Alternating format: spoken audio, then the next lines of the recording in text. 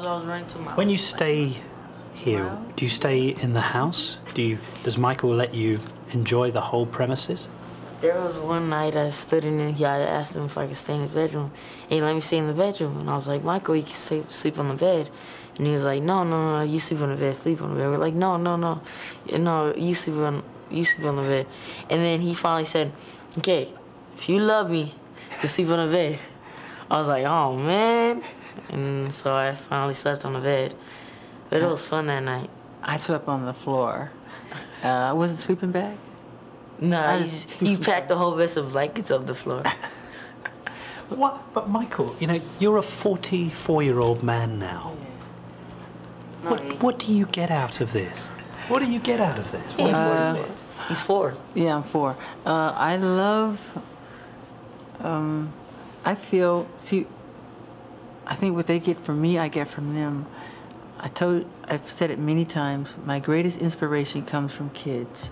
Every song I write, every dance I do, all the poetry I write, is all inspired from that level of innocence, that consciousness of purity.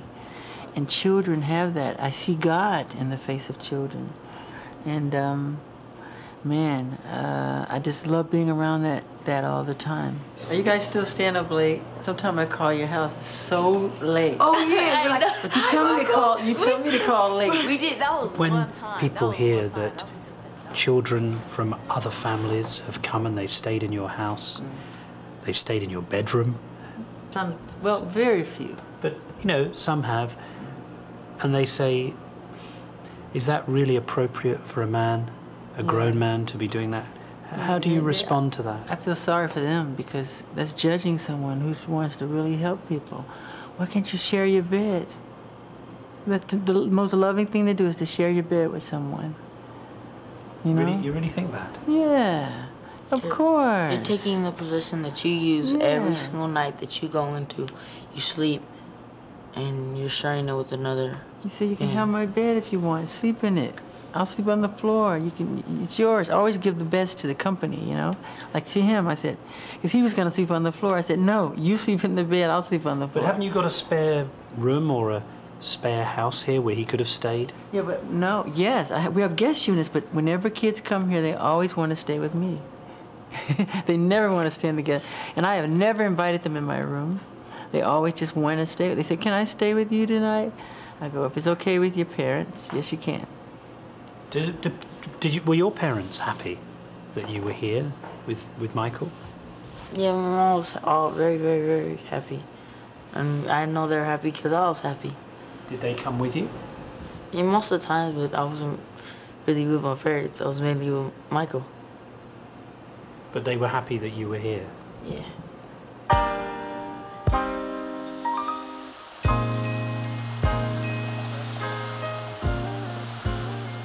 I felt very uneasy after this conversation.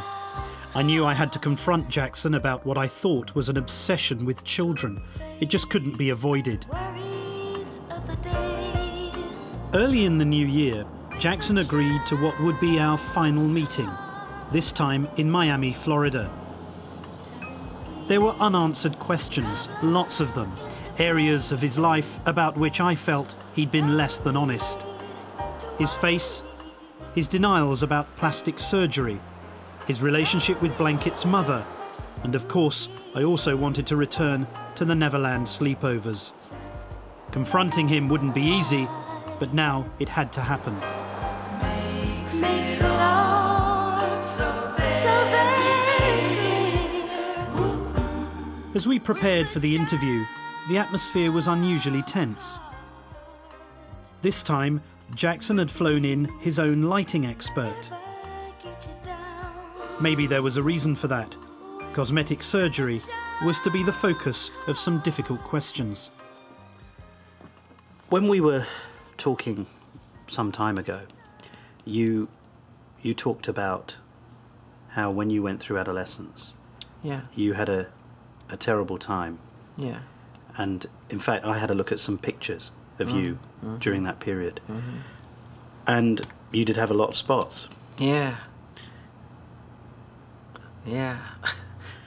One of the things that you've clearly used to overcome this is changing your appearance. you've kind of, you know, you've physically changed, haven't you? The photographs of you, if I look at them, No, it's called adolescence. It's called growing and changing. Yeah, but even the shape of your face has changed. No, it has not. I've had no plastic surgery on my face, just my nose. It helped me breathe better so I can hit higher notes. But are you, Michael, are you honestly saying that you've only ever had one operation? 2. You've had 2? As I can remember. Yeah, just 2. But if I look at some of the photographs of you in your adolescence... Yeah, I changed. People change. But even after, when you did the Thriller album, your lips are very different now to what they were then. But they do look different. No, sorry. You don't think lips. so? Nope. But, you know, on a serious point, in some ways I can understand it, because... I'm happy with my lips. No, but no, forget the lips, but specifically, but... And everybody in Hollywood get plastic surgery. Plastic surgery wasn't invented for Michael Jackson. No, I'm not suggesting it was Everybody invented gets for it. Michael Jackson, but what I'm saying is, sometimes people go too far.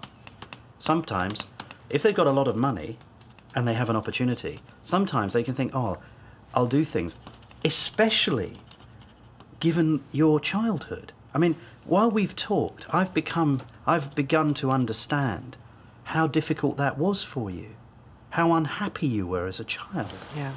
As an adolescent, how unhappy you were about your appearance. You told me in Neverland that your father used to insult you.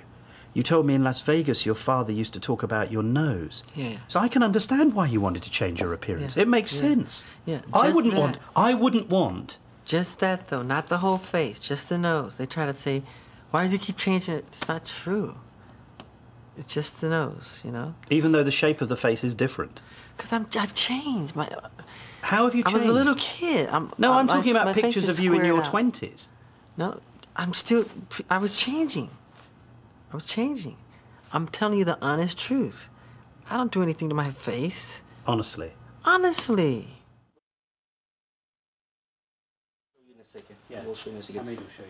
We broke off, but not for long.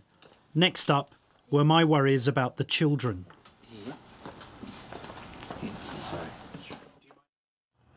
When I was talking to Prince one day, he said to me that he didn't have a mother.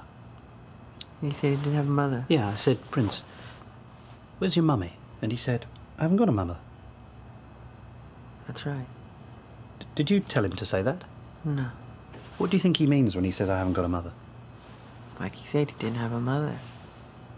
Do you not think, though, that your children would benefit from contact with their mother? No, because she doesn't... it's private information. She doesn't... She can't handle it. She can't handle her own children? She'd prefer them be with me than with her. Did you know that she didn't want to have relationships with the children when you married her? Yeah. She did it for me. She did it for me. So just so that I understand this correctly... She's a wonderful person, too. She knew that Michael Jackson loves children.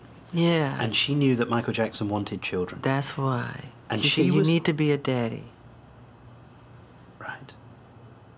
She said you needed to be a daddy. Mm-hmm. More than she needed to be a mother. Yeah. And she wanted to do that for me as a present. As a present? Yeah. Yeah. What do you mean? It's a gift. I used to walk around holding baby dolls.